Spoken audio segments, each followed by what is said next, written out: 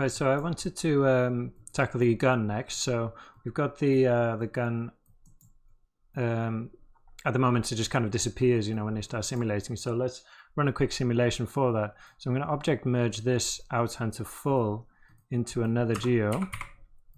I'll just set that up here. So I'll call this gun sim. Okay, and then object merge the hunter into here. So if we go into find him, hunter full. Okay, and then I'm gonna time shift this to frame to the beginning of our sim, so 141. Okay, and then obviously we just need the gun by itself, so we'll isolate that, find the gun weapon there, deletes non-selected, perfect. And then if we just drop Abadi bullet solver, so it's kind of a handy new SOP which can, you know, is like a wraparound for the bullet solver with a DOP network inside, and you know it's got all these handy kind of tabs and shortcuts, so you don't have to set up the whole thing. Just going to escape that because we're on frame 130. We're going to start hours, so 140. Let's go there and then go to the first frame, and then we can see our gun. And if we watch this, we will need just to set up a ground plane really quick. Watch that, and you can see the gun just kind of falls to pieces, which I don't really want. You know, it's just a bit unrealistic. So this, you know, the gun is being packed.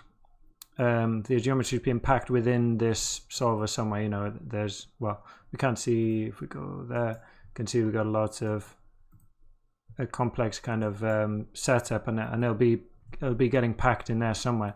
So if we, and it'll be getting packed based on the connectivity. So we got different parts here.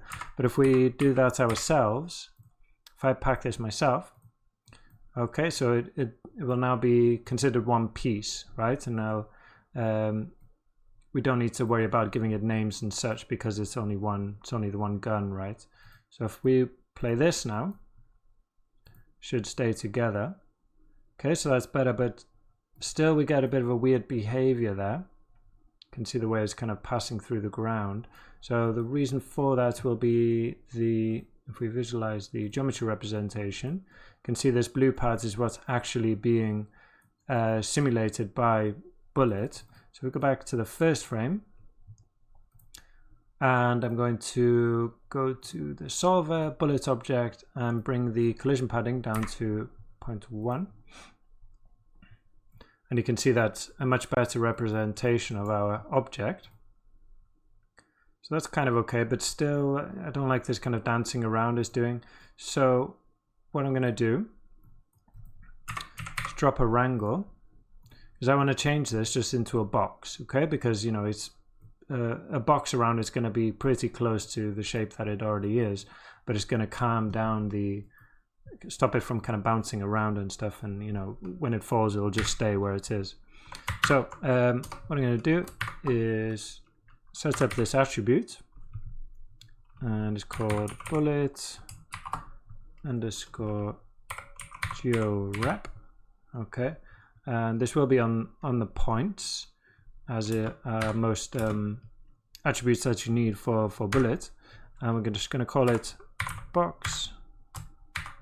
Oops, do a semicolon, and then just that. If I reset the simulation, there we go. Now we get a box. It looks weird there, but if I just turn this off, you're not really going to notice. It just kind of falls and it looks fine. Okay. What I also want, obviously, is the gun to kind of fly away. So when the crocodile attacks the man, he's not just going to drop the gun and let it go straight down. And to avoid having to try to collide the gun with the man and the crocodile, I'm just going to have it kind of come towards the camera as if he, you know, because he does get jolted forward. So we're going to give it some initial velocity here. So we'll give it velocity again, as I said before, yeah, on the points. I'm going to set this to minus 2.5 in X, 0 in Y, and 5 in Z. Okay, and then if we watch that, you can see that moving already. And if I go into my camera, you'll see it shoot towards us. Okay, so that's good, but I'm sure you'll agree it looks weird that it's going so straight. So we need some spin. So to get something spinning, we need angular velocity. So the way we set that up is very similar. We just use v at w, which is the name of the angular velocity in Houdini. And we're going to set this to 3, 7, and 10.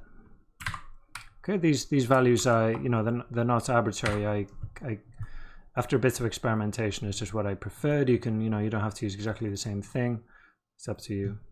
But then we get a nice kind of spinning, flailing action from that. And that's basically it. And we drop a null at the end.